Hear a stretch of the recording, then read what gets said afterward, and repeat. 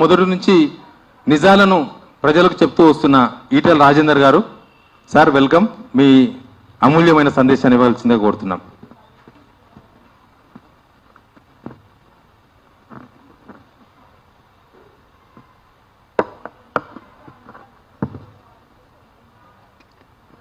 శివారెడ్డి గారు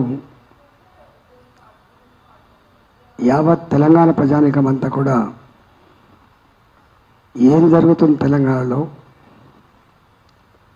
ఏమైతుంది, గోదావరి నది మీద ఎత్తిపోతల పథకాలు, ఎర్లీనో కరువుతోటి అల్లాడిపోతున్నటువంటి ఉత్తర తెలంగాణ రైతాంగానికి ఏ భరోసా రాబోతుంది అని చెప్పి ఉత్కంఠగా ఎదురు చూస్తున్న సందర్భంలో అనేక రకాల పార్టీల మధ్య వాదోపవాదనలు, ఇంధనాల యొక్క సూచనలు, సలహాలు, మేధావుల యొక్క సలహాలు, సూచనలు, ఇవన్నిటి మధ్య మరొక ప్రయత్నం శివారెడ్డి గారు ఈరోజు రిటైర్డ్ ఇంజనీర్లతో కావచ్చు, మేధావులతో కావచ్చు, అన్ని పార్టీల నాయకులతో ఒక అభిప్రాయాన్ని ప్రజలకు పంపాలన్నటువంటి కృషికి వారికి అభినందన తెలియజేస్తూ ఉన్నాం. ఇప్పుడున్న ఈ పరిస్థితిలో ఇది అత్యంత ఆవశ్యకమైనటువంటి విషయం. జనరల్గా నేను కరీంనగర్ జిల్లా వాసిని. నేను 23 సంవత్సరాలు హుజరాబాద్ నియోజకవర్గంతో కరీంనగర్ జిల్లాతో అవినాభావ సంబంధం ఉన్నవాడిని. నేను ఈ ప్రాజెక్టులన్నీ కూడా లక్ష్మీ బరాజ్ కావచ్చు, అన్నారం సుందిల్ల కావచ్చు, ఎల్లంపల్లి ప్రాజెక్టు కావచ్చు, ఆ పైన నిర్మాణం చేయబడ్డ ఎత్తిపోతల పథకాలు కావచ్చు, ఒక మిడ్మానేర్, ఒక అనంత సాగర్, ఒక రంగనాయక సాగర్, ఒక మల్లన్న సాగర్, ఒక కొండపోచమ్మ సాగర్, ఇవన్నీ నిర్మాణం అవుతున్న క్రమంలో నేను అక్కడ జిల్లా మంత్రిగా అక్కడ జిల్లాలో ప్రతినిత్యం వీటన్ని కూడా చూసేది. కొంతమంది చాలా రకాల ఆర్గ్యుమెంట్లు పెడుతున్నారు. నేను ఆ ఆర్గ్యుమెంట్ జోలికి పోలేను. కానీ ఒక 2-3 సూచనలు మాత్రం నేను చేయదలుచుకున్నా. పదే ముఖ్యమంత్రి గారు అనేక రకాల అవాకులు చవాకులతో ఒక ముఖ్యమంత్రి గారు మాట్లాడని భాషను మాట్లాడుతూ ఆ స్థాయిని దిగజారుస్తూ అనేక మంది హృదయాలను గాయపరుస్తుండడం, ఈ పద్ధతి మానుకోవాలని చెప్పి నేను ముఖ్యమంత్రి గారికి సూచన చేస్తున్నా. దాన్ని నేను తీవ్రంగా ఖండిస్తున్నా. రిటైర్డ్ ఇంజనీర్ల పట్ల ముఖ్యమంత్రి గారు వాడినటువంటి భాష కావచ్చు, వారు ముఖ్యమంత్రి స్థానంలో ఉండి హెచ్చరించినటువంటి మాటలు కావచ్చు, దానికి బేషరతుగా క్షమాపణ చెప్పాలని చెప్పి నేను డిమాండ్ చేస్తున్నా. ఇవాళ 2023లో లక్ష్మీ బరాజు ఉన్నటువంటి కొన్ని పిల్లలు కుంగిపోయినాయి. అదంతా రాష్ట్రమంతా తెలుసు, దేశమంతా తెలుసు. నేను అంటున్నా, ఇవాళ ఒకవేళ ఇంజనీర్లు కనుక డిజైన్లు తప్పిస్తే తప్పకుండా మీరు విచారణ చేయండి, ఇంజనీర్లను బాధ్యులు చేయండి, శిక్ష వేయండి, తప్పులేదు. ఒకవేళ ఇంజనీర్లో తప్పిదం లేకుండా క్వాలిటీ కన్స్ట్రక్షన్ చేయడంలో కాంట్రాక్టులు కనుక తప్పు పాల్పడితే తప్పకుండా ఆ కాంట్రాక్టులకు శిక్ష వేయండి. ఒకవేళ పాలకులుగా నిష్ణాతుల ఇంజనీర్ల సూచనలు సలహాలు పట్టించుకోకుండా అహంకారంతో కనుక వాళ్ళేమైనా గట్ల కాదు గిట్లా అని చెప్పి ఆ ఇంజనీర్లను ఇన్ఫ్లుయెన్స్ చేసి, కాంట్రాక్టర్ ఇన్ఫ్లుయెన్స్ చేసి కనుక కట్టినట్టు ప్రూవ్ అయితే ఆనాడు పాలకులుగా ఉన్న వాళ్ళని కూడా మీరు పనిష్మెంట్ చేయడం తప్పు లేదు. మేము ఏ పార్టీకో, ఏ వ్యక్తికో, ఏ సంస్థకో మేము సపోర్ట్ చేయడం లేదు. మేము మా సపోర్ట్ తెలంగాణ యావత్ రైతాంగం కోసం, దాని మీద డిపెండ్ అయినటువంటి ప్రజల సపోర్ట్ తప్ప, న్యాయానికి ధర్మానికి సపోర్ట్ తప్ప మా సపోర్ట్ ఎవరికి ఉండదు. ఇక్కడ ఎస్ఆర్ఎస్పి ప్రాజెక్టు మాది 90 టీఎంసీల నీటితో ఆనాడు కట్టబడ్డ ప్రాజెక్టు. ఇక రియాలిటీ చూస్తే అది 80 టీఎంసీ ఉంటుందా, 82 టీఎంసీ ఉంటుందా, అదొక కథ. దాని కింద ఇమ్మీడియట్గా ఉండేటువంటిది లోవర్ మానే డ్యామ్. దాని పేపర్లో ఉన్నటువంటి కెపాసిటీ ఇవాళ 24 టీఎంసీ. ఇవాళ ఉందా లేదా పక్కకు పెట్టు. ఎస్ఆర్ఎస్పి ప్రాజెక్టు, ఎల్ఎండి ప్రాజెక్టు ఉన్నప్పటికీ కూడా 24 లక్షల ఎకరాలకు నీళ్లు అందించాల్సినటువంటి ఆ ప్రాజెక్టు ఎన్నడూ కూడా కడుపు నిండా నీళ్లు అందించలేదు. కేవలం 10 లక్షలు 12 లక్షల ఎకరాలు మాత్రమే నీళ్లు అందించేది. హుజరాబాద్ దాటి వరంగల్ తాగునీళ్ల కోసం కూడా కష్టం ఉండే. తెలంగాణ ఉద్యమ పుట్టుగా నీళ్ల కోసం, నిధుల కోసం, స్వయం పాలన కోసమే ఉన్నటువంటి కాబట్టి, తెలంగాణ బోర్లు వేసి బోర్లు పడ్డది కాబట్టి, బావులు తవ్వి బండబడితే బతుకులే బండమారిపోయిన తెలంగాణ కాబట్టి, నోటి కాడికి వచ్చిన బుక్క ఒక్కొక్కసారి ఒక తడి లేక 2 తడి లేక ఎండిపోతున్నటువంటి సందర్భం కాబట్టి, ఇక ఈ కాగితాలకే పరిమితమైన ఎస్ఆర్ఎస్పి ప్రాజెక్టు ఆయకట్టు స్థిరీకరించాలి. ఇవాళ తెలంగాణ రైతాంగానికి 2 పంటలు వేలు అనేటువంటి ఆలోచన అన్నాడు చేసిన దాంట్లో నేను కూడా ఉన్నా. కానీ ఇవాళ రేవంత్ రెడ్డి గారు ఆయన అంటున్న మాట ఏంటంటే, మేడిగడ్డ కూలిపోయింది, అన్నారం సుందిలా పనికిరాదని చెప్పి ఎన్డీఎస్ఏ చెప్పిందని చెప్పి మాట్లాడుతున్నాడు. నేను ఒకటే ముఖ్యమంత్రి రేవంత్ రెడ్డి గుర్తు చేయదలుచుకున్నా. ఎన్డీఎస్ఏ చెప్పిందని చెప్తున్నా కానీ మరి తెలంగాణలో ఉన్నటువంటి అనేక మంది ఇంజనీర్లు కావచ్చు, నిష్ణాతులు కావచ్చు, వాళ్ళతో ఇంటరాక్ట్ అయ్యి మరి ఇంత గంభీరమైన సమస్య దీన్ని పరిష్కరించినటువంటి సోయి మాత్రం ఆయన లేకుండా పోవడం బాధ అనిపించిన అంశం. ఇలా ఎంత మేరకు నిందించే ప్రయత్నం చేయడం, బుకాయించే ప్రయత్నం చేయడం, తప్పించుకునే ప్రయత్నం చేయడం, తద్వారా తెలంగాణ రైతుల కళ్ళల్లో మట్టి కొట్టే ప్రయత్నం చేసిన తప్ప ఇవాళ తెలంగాణ కాంటెస్ట్లో ఆలోచించిన పాపన పోలేదు ఈయన. ఇవాళ ముఖ్యమంత్రిగా నేను అడుగుతున్నా రేవంత్ రెడ్డి గారు, నన్ను కూడా చాలా రకాల మాట్లాడినావు. ఆ కుసంస్కారపు మాటలకు నేనేం బాధపడతలేను.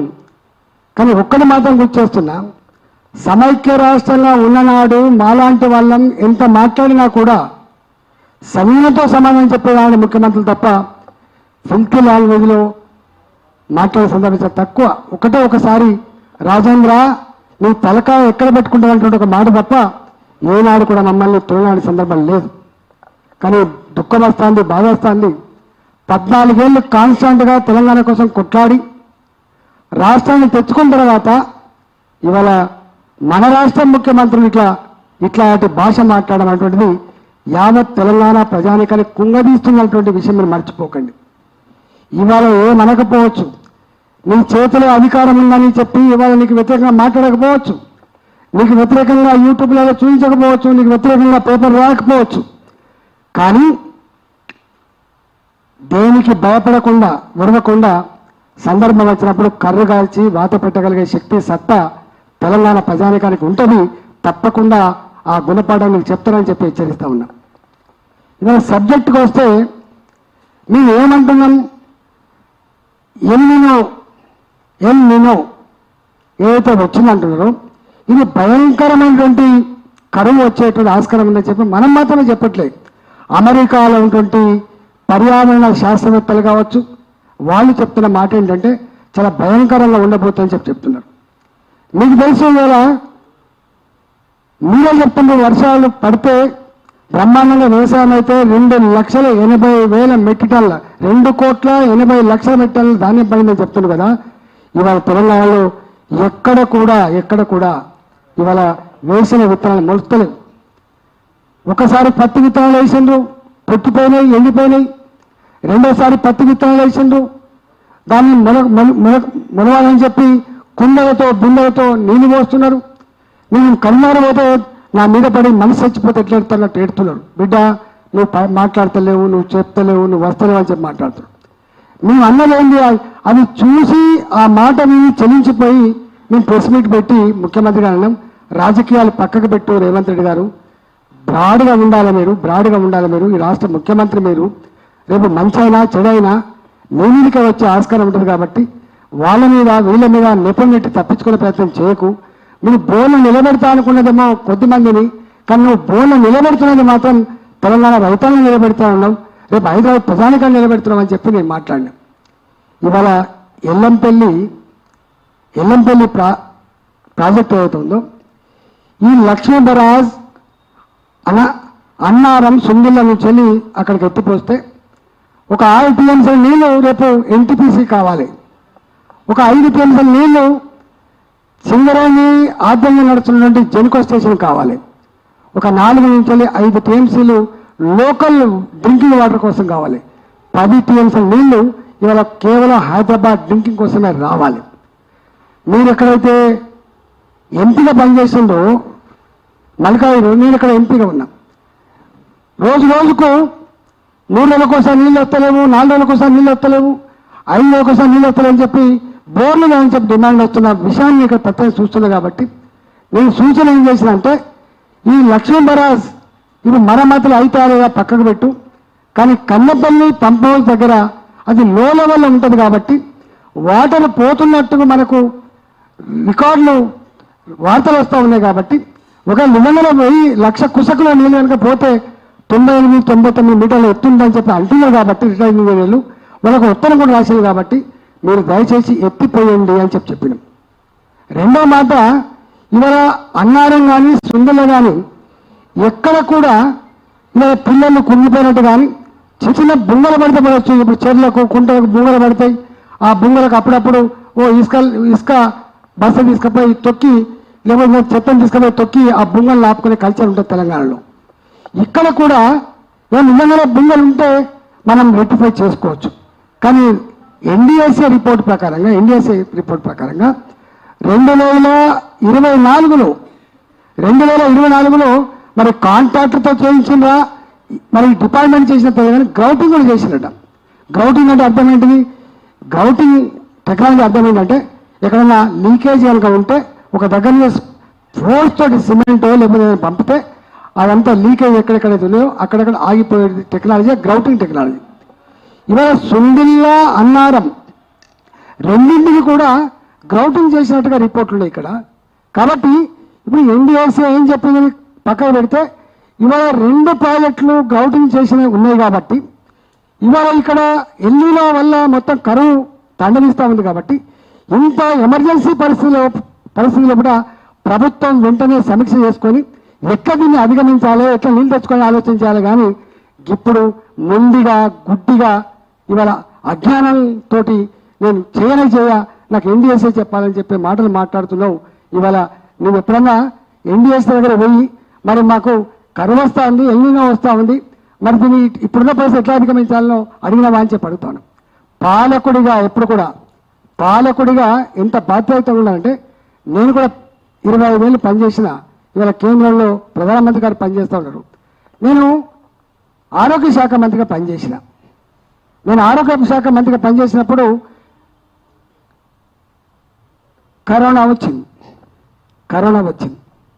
కరోనా వచ్చినప్పుడు చైనా 30 రోజులలో 1000 పడకల ఆసుపత్రి నిర్మాణం చేసింది. మొత్తం ఇట్లా ట్యాకిల్ చేస్తుంది. ఇవాళ అమెరికా, బ్రిటన్ అనేక దేశాలలో వాళ్ళ దేశ అధినేతలే కన్నీళ్ళు పెడతా ఉన్నారు. భారతదేశంలో కరోనా వస్తే శవాల గుట్టలైతే అని చెప్పి పత్రికలలో, టీవీలలో వచ్చింది. నేను అప్పుడు ఆరోగ్య మంత్రిని భయపడ్డాం.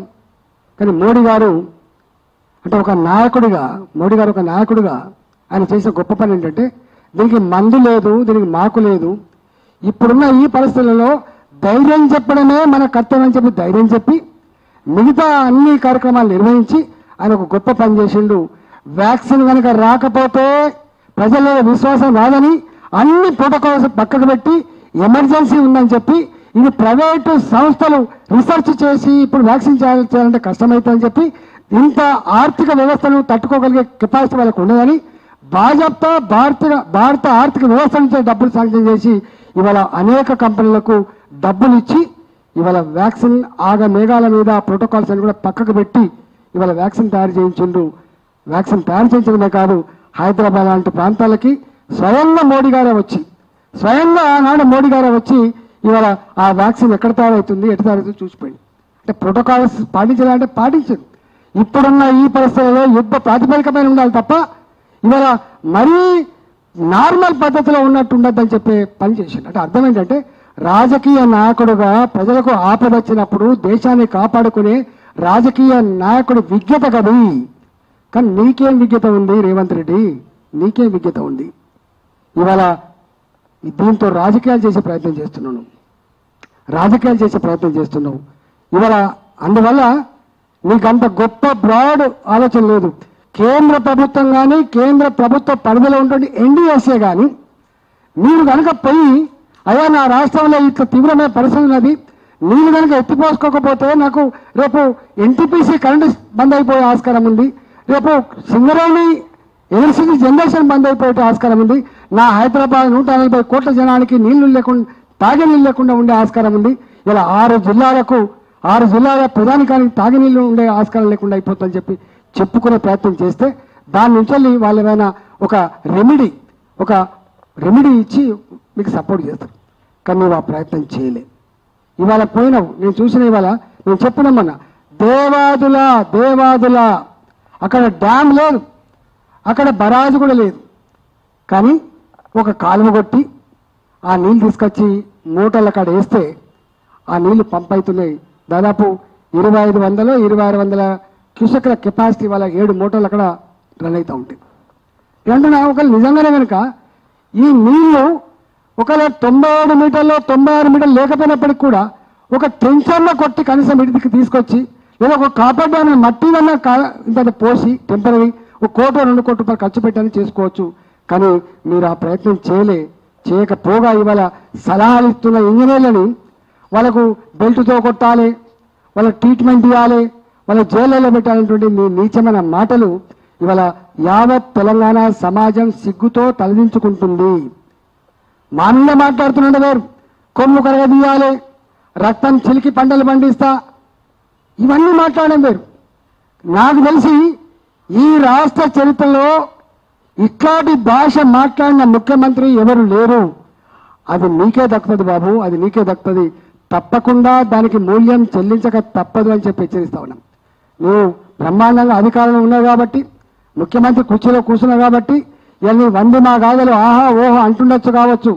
కానీ రేపు అధికారాన్ని గుంజేస్తే, నీ అధికారంలో ఫీజును పీకేస్తే నీ బతికేందో తెలిసేట్టు ఆస్కారం ఉంటుంది. కాబట్టి నేను ఒకటే ఇవాళ మీరు ఇలా పోయింది ఎక్కడికి దేవాలయంలో పోయిండు.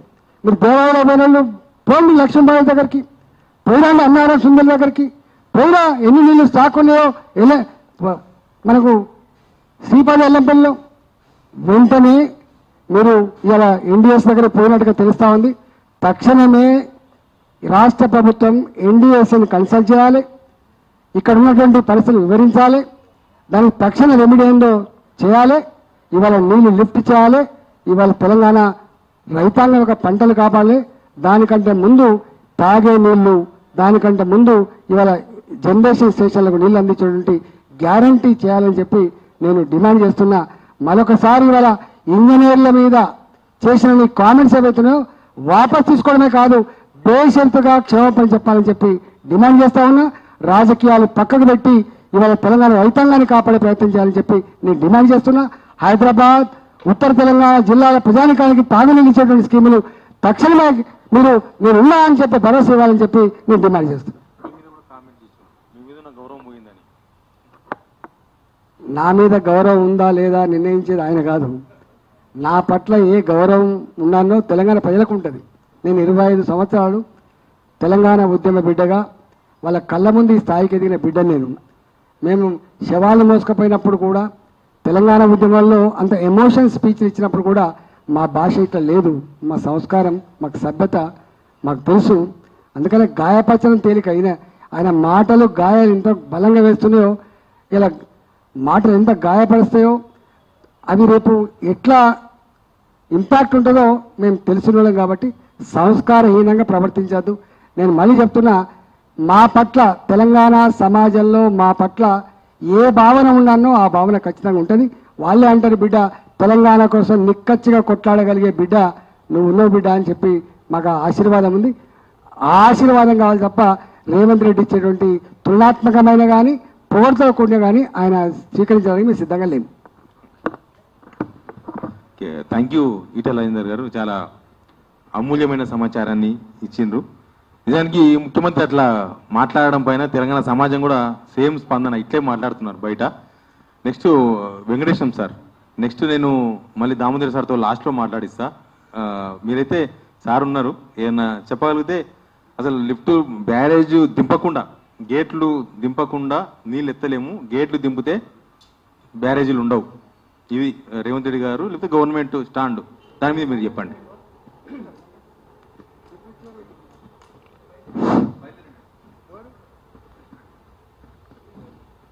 ఈరోజు తెలంగాణ ఇండిపెండెంట్ జర్నలిస్ట్ ఫోరం నిర్వహిస్తున్నటువంటి ఈ సదస్సుకి మన శివారెడ్డికి నేను ధన్యవాదాలు తెలియజేస్తున్నా. సరి అయిన సమయంలో ఈ సమావేశం నిర్వహించినారు. ముఖ్యంగా మన సందేశం ఇచ్చడానికి వచ్చినటువంటి మన ఈటల రాజేంద్రన్న ఎంపీ గారు, తర్వాత పెద్దలు వేణుగోపాల్ రెడ్డి గారు, తర్వాత పాపారావు గారు, ఇంకా అందరికీ నాకు మా